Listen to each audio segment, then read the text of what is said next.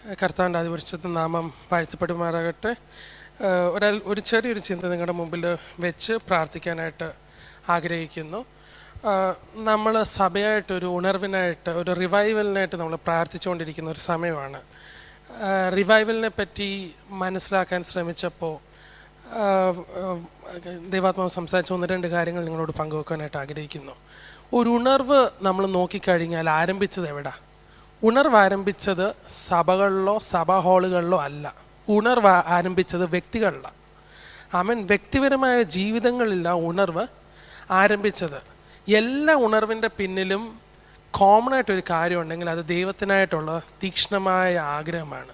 വ്യക്തികൾക്ക് അവരുടെ ഉള്ളിൻ്റെ ഉള്ളിൽ ദൈവത്തോടുള്ള ഒരു ആഗ്രഹം, ദൈവത്തിൻ്റെ സാന്നിധ്യത്തിനായിട്ടുള്ളൊരാഗ്രഹം, ദൈവത്തിൽ നിന്ന് ചില നന്മകൾക്കുള്ള ആഗ്രഹം മാത്രമല്ല, ദൈവത്തെ തന്നെ ആഗ്രഹിക്കുന്ന, ദൈവത്തെ കൊതിക്കുന്ന, ആ പ്രസൻസ് ലോങ് ചെയ്യുന്ന ഒരു കൂട്ടം ആൾക്കാരിൽ നിന്ന് എപ്പോഴും ഉണർവ് പൊട്ടി പുറപ്പെട്ടിട്ടുള്ള.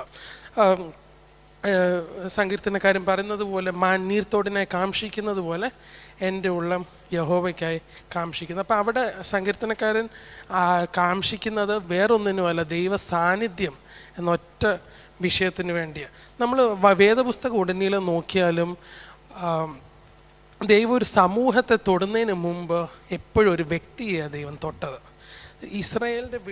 ഇസ്രായേലിനെ ദൈവം വിടുവിക്കുന്നതിന് മുമ്പ് ദൈവം മോശയെ ഒന്ന് പണിതെടുത്ത്, മോശയെ അതിനായിട്ട് ഒന്ന് ഉണർത്തിയെടുത്തു, മോശയെ അതിനായിട്ട് ഉപയോഗിച്ചു. അതുപോലെ നമ്മൾ വേറെ ഉദാഹരണങ്ങൾ നോക്കിക്കഴിഞ്ഞാൽ ഇസ്രായേലിനെ ദൈവം ഉണർത്താനായിട്ട് ആഗ്രഹിച്ചപ്പോൾ ദൈവം ആദ്യം ഒരു ശമൂവേലിനെ എഴുന്നേൽപ്പിച്ചു. ദൈവശബ്ദത്തെ മനസ്സിലാക്കുന്ന, ദൈവശബ്ദം കേൾക്കുന്ന, ദൈവത്തിൻ്റെ പരിശുദ്ധാത്മാവിനോട് സെൻസിറ്റീവ് ആയിരിക്കുന്ന ഒരു ശമൂവേലിനെ ദൈവം എഴുന്നേൽപ്പിച്ച ഇസ്രായേലിനെ ഉണർത്തിയത്. അതുപോലെ നമ്മൾ മുന്നോട്ട് നോക്കിക്കഴിഞ്ഞാൽ ആ തകർന്ന ബ്രോക്കൺ വാൾസിനെ പണിയാനായിട്ട് ദൈവം നെഹമ്യാവിന് ഒരു ബേർഡൻ കൊടുത്തു.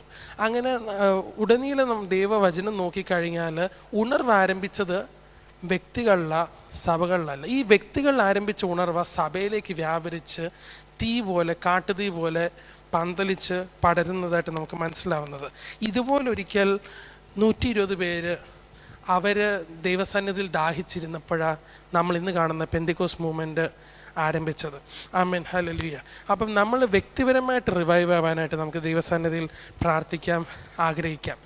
ഈ ദൈവവചനത്തെ പറ്റി നോക്കിക്കഴിഞ്ഞാൽ, സുവിശേഷത്തെ പറ്റി നോക്കിക്കഴിഞ്ഞാൽ നാം മനസ്സിലാക്കുന്ന ഒരു കാര്യം, ഇത് ഏറ്റവും കൂടുതൽ വേർഡ് ഓഫ് മൗത്ത് വഴി, അഥവാ വ്യക്തിപരമായിട്ട് തമ്മിൽ പങ്കുവെക്കുന്നത് വഴിയാണ് ഏറ്റവും കൂടുതൽ ദൈവവചനം പരന്നിട്ടുള്ളത്. നമ്മൾ അപ്പോസ്തല പ്രവൃത്തി നോക്കിയാലും പലയിടത്തും പീഡനങ്ങളുടെ നടുവിൽ പോലും ആളുകൾ സുവിശേഷം ഘോഷിച്ചതായിട്ട് നമുക്ക് മനസ്സിലാക്കാനായിട്ട് സാധിക്കും. ആമേൻ, ഹല്ലേലൂയ. അപ്പോസ്തല പ്രവൃത്തി 2-ാം അധ്യായം 47-ാം വാക്യത്തിൽ പറയുന്ന ഒരു കാര്യമുണ്ട്. നാൾക്ക് നാൾ ദൈവം രക്ഷിക്കപ്പെട്ടവരെ സഭയിലേക്ക് കൂട്ടിക്കൊണ്ടിരുന്നു. ആമേൻ, രക്ഷിക്കപ്പെട്ടവർ ദൈവസഭയിലേക്ക് കൂട്ടിക്കൊണ്ടിരുന്നു. 5-ാം അധ്യായം 42-ാം വാക്യത്തിൽ പറയുന്ന അവർ വീടുകൾ തോറും കയറി ദൈവവചനത്തെ ഘോഷിച്ചു. അപ്പോൾ ഇവിടെ എന്തുവാ നടന്നതെന്ന് വെച്ചാൽ, ഒരു കൂട്ടം ആൾക്കാർക്ക് 120 പേര് ആദ്യം കൂടി, പിന്നെ 3000 പേരുടെ സഭയിലേക്ക് വന്നപ്പോൾ ഇപ്പം 3120 പേര് സഭയ്ക്കകത്തുണ്ട്. ഇവർ അനുഭവിച്ച ആ ദൈവസ്നേഹം, ഇവരനുഭവിച്ച ആ സന്തോഷം, ഇവരനുഭവിച്ച ആ രക്ഷ ഇവർ പടർത്താനായിട്ട് അതുപോലെ സന്തോഷിച്ച് ആഗ്രഹിച്ചിരുന്നു. എൻ്റെ വ്യക്തിപരമായ ഒരു ജീവിതത്തിൻ്റെ എക്സ്പീരിയൻസ് പറഞ്ഞാൽ, രക്ഷയോടുള്ള ബന്ധത്തിലല്ല, നിങ്ങൾക്ക് മനസ്സിലാവാൻ ഒരു ഉദാഹരണം പറഞ്ഞാൽ, ചില നാളുകൾക്ക് മുമ്പ് ഒരു നല്ലൊരു സ്ഥലത്ത് ഒരു ഹണി കേക്ക് കഴിക്കാനായിട്ട് ഇടയായി. അപ്പോൾ അടുത്ത 2-3 ദിവസം കാണുന്നവരോടെല്ലാം അവിടെ ഇങ്ങനൊരു സ്ഥലമുണ്ട്, നല്ല ഹണി കേക്ക് കിട്ടും, നിങ്ങളെല്ലാം പോയി ഒന്ന് കഴിച്ചു നോക്കണമെന്ന് പറയാനായിട്ട് ഇടയാ. അത് എൻ്റെ അടുത്ത് ആ വെയിറ്റർ ഇതുവരെ ഒരു വാക്ക് പോലും മിണ്ടിയില്ല, നീ ചെന്ന് കാണുന്നവരോടല്ല ഇത് പറയണമെന്ന് പറയില്ല. പക്ഷെ ആ കഴിച്ചതിൻ്റെ സ്വാദ് എന്നെ വേറെ അനേകരിലേക്ക് ഇത് എത്തിക്കാനായിട്ട് ഇടയായി. എന്ന് പറയുന്നത് പോലെ നമ്മൾ വ്യക്തിപരമായ ജീവിതത്തിൽ ഉണരുമ്പോൾ, നമ്മുടെ വ്യക്തിപരമായ ജീവിതത്തിൽ നമ്മളെ കർത്താവിനെ കൂടുതൽ അടുത്തറിയുമ്പോൾ, ആ കർത്താവിനെ ഇനിയും അധികം ആളുകൾ അറിയണം എന്നുള്ളൊരു ആഗ്രഹം നമ്മുടെ ഉള്ളിൽ ഉണ്ടാവും. ആമേൻ, ഹല്ലേലൂയ. സുവിശേഷം ഘോഷിക്കുന്നവരുടെ കാൽ എത്ര മനോഹരം, എന്ന് എഴുതിയിരിക്കുന്നത് റോമാലേഖനത്തിൽ പൗലോസ് ഒരിക്കൽ കൂടെ ആവർത്തിച്ച് പറയുന്നു. ഈ സുവിശേഷം ഘോഷിക്കുന്നവരുടെ കാലം എത്ര മനോഹരം. നമ്മൾ ഇനിയും ഔട്ട്റീച്ചിനായിട്ട് പോവുക, സഭ വളർച്ചയ്ക്കായിട്ട് ആഗ്രഹിക്കുക. ഇവിടെ പറയുന്ന ഒരു വാക്യമാണ്, അത് ഐസയാവിൽ നിന്ന് കോട്ട് ചെയ്ത ഇവിടെ പറയുന്നത്. ഐസയാവ് 52:7 നിന്ന് പറയുന്നത് സുവിശേഷം ഘോഷിക്കുന്നവരുടെ കാൽ എത്ര മനോഹരം. ഞാൻ ആ ഒരു പദം ഒന്ന് മനസ്സിലാക്കാൻ നോക്കിയപ്പോൾ, റോമൻ പട്ടണം ചുറ്റും മലകളാണ്. ഈ റോമൻ പട്ടണത്തിലെ ദേശനിവാസികൾ അവിടെ നടന്ന ഒരു യുദ്ധത്തിൻ്റെ ശ്രുതികൾ മാത്രം കേൾക്കുന്നുണ്ട്. യുദ്ധം നടക്കുന്നതായിട്ട് അവർക്ക് അറിയാം. പക്ഷേ യുദ്ധത്തിൻ്റെ പരിണിതമായിട്ട് യുദ്ധം ആര് ജയിച്ചുവെന്നോ യുദ്ധത്തിന് എന്തോ നടന്നുവെന്നോ അവർ അറിയാതെ ആകാംക്ഷയോടെ കാത്തു നിൽക്കുമ്പോൾ അവർ കാണുന്നു മൈലുകൾക്കപ്പുറം ദൂരെ നിന്ന് ഒരു വ്യക്തി, മലകൾ താണ്ടി ഒരു വ്യക്തി ഓടി വരുന്നു. ആ വ്യക്തി ദിവസങ്ങളും കൊണ്ട് ഓടുക. മലകൾ കയറി ഇറങ്ങി പല കല്ലുകളിലും ചെളികളിലും ഒക്കെ കയറി ഇറങ്ങി അയാളുടെ കാല് നോക്കിയാൽ മുഴുവൻ മുറിഞ്ഞ് അഴുക്കായി ഇരിക്കുന്ന കാലുകളാണ്. ആ വ്യക്തി ഓടി വന്ന ദേശത്തിലേക്ക് എത്തി, we have won the victory എന്ന് പറയുക. അയാൾ അവിടെ വീണ് മരിക്കുക ചെയ്യുന്നത്. ആമേൻ, ഹല്ലേലൂയ. അങ്ങനെയുള്ള ആളെ നോക്കിയ യേശാവ് പറയുന്നത്, how beautiful are the feet of those who bring good tidings. ആമേൻ. നമുക്കും ദൈവം നൽകിയിരിക്കുന്ന ഒരു ഗുഡ് ടൈഡിങ് ഉണ്ട്. ദ വിക്ടറി ഹാസ് വൺ എന്ന് ആ ഒരു മെസ്സഞ്ചർ ഓടിച്ചെന്ന് പറഞ്ഞതുപോലെ നമുക്കും പറയാനായിട്ട് ദൈവം ഒരു സന്ദേശം നമ്മുടെ ഉള്ളിൽ തന്നിട്ടുണ്ട്. ആമേൻ, ഹല്ലേലൂയ. നമുക്ക് വേണ്ടിയും കർത്താവ് പരമയാഗമായി തീർന്ന് നമ്മുടെ പാപത്തിന്മേൽ ഒരു ജയം നൽകി എന്നൊരു വലിയ വാർത്ത നമുക്കും പറയുവാനായിട്ട് ദൈവം നമ്മുടെ തന്നിട്ടുണ്ട്. ആമേൻ. നമുക്ക് നമ്മുടെ കാലുകളെ അതിനായിട്ട് അധ്വാനിക്കുവാനായിട്ട് ഉപയോഗിക്കാം. അങ്ങനെയുള്ള ആളെ നോക്കിയാൽ പറയുന്നത്, സുവിശേഷം ഘോഷിക്കുന്നവരുടെ കാലുകൾ എത്ര മനോഹരം. ആമേൻ, ഹല്ലേലൂയ. ഈ പൗലോസിൻ്റെ കാലത്താണെങ്കിലും രാജാക്കന്മാർ ദൂരത്തേക്ക് ആളുകളെ മെസ്സഞ്ചേഴ്സിന് അയക്കുമായിരുന്നു യുദ്ധത്തിൻ്റെ വിവരണം അറിയാനായിട്ട്, ആര് ജയിച്ചു എന്ന് അറിയാനായിട്ട്. ആമേൻ. അതുകൊണ്ട് ആ ഒരു കൺസെപ്റ്റൂടെ മനസ്സിലിരിക്കുമ്പോഴാണ് പൗലോസ് പറയുന്നത്, ഞാൻ നല്ലപോലെ പൊരുതു, ഓട്ടം തികച്ചു, വിശ്വാസം കാത്തു. ആമേൻ. വേദപുസ്തകത്തിൽ നാം നോക്കിക്കഴിഞ്ഞാൽ ഇതുപോലെ ഓടിച്ചെന്ന് ഒരു സുവാർത്ത അറിയിച്ച വളരെ കറേജിയസ് ആയിട്ടുള്ള 2 പേരെയും കൂടെ ഒരു ഉത്തേജനത്തിനായിട്ട് ഞാൻ പറയുവാനായിട്ട് ആഗ്രഹിക്കുന്നു. ഒന്നെന്ന് വെച്ചാൽ ആമേൻ, നെഫ്താലി. ജനസിസ് ചാപ്റ്റർ 49, ഉൽപ്പത്തി 49 അധ്യായം 21 വാക്യത്തിൽ അവിടെ യാക്കോബ്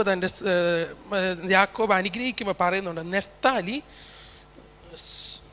Naphtali is a hint let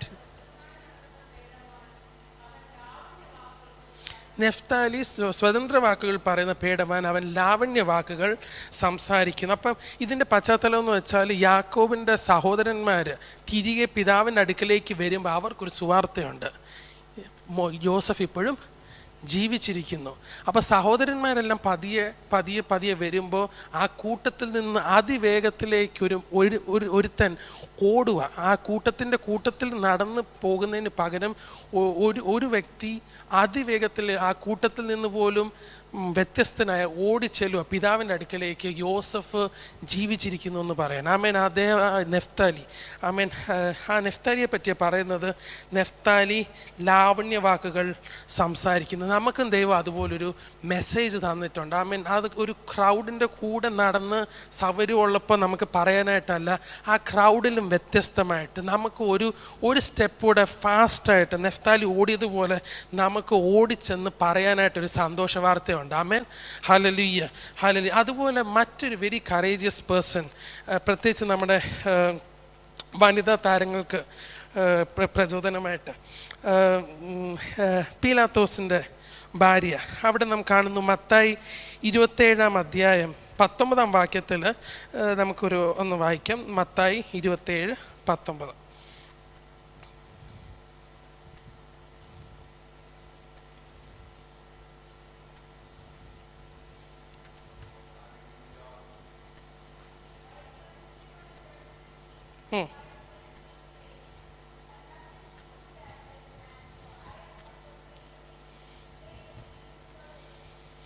അവൻ ന്യായസന്നിധിയിൽ ഇരിക്കുമ്പോൾ അവൻ്റെ ഭാര്യ അരുളി ചെയ്തു,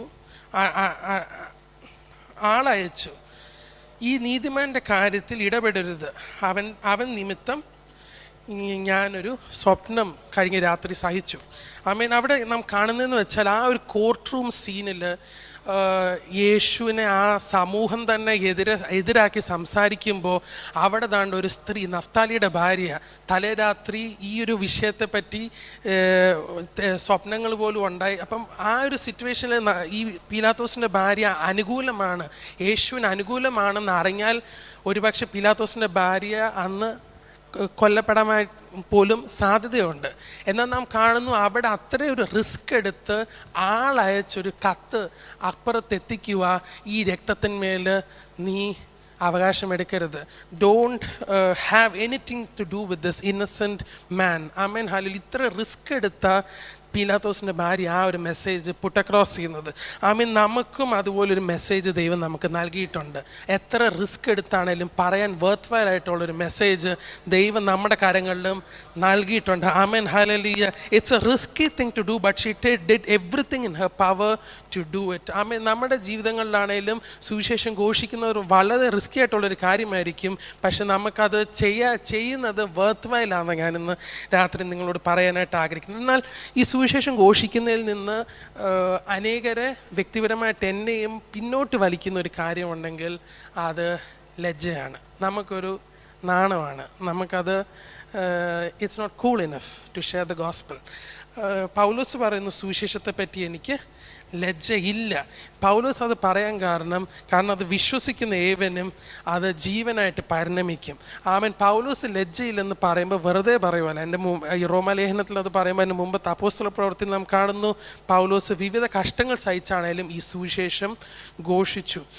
സുവിശേഷത്തെ പറ്റി എനിക്ക് ലജ്ജയില്ല, അത് വിശ്വസിക്കുന്ന ഏവൻ്റെ മേലും അത് വ്യാപരിക്കും.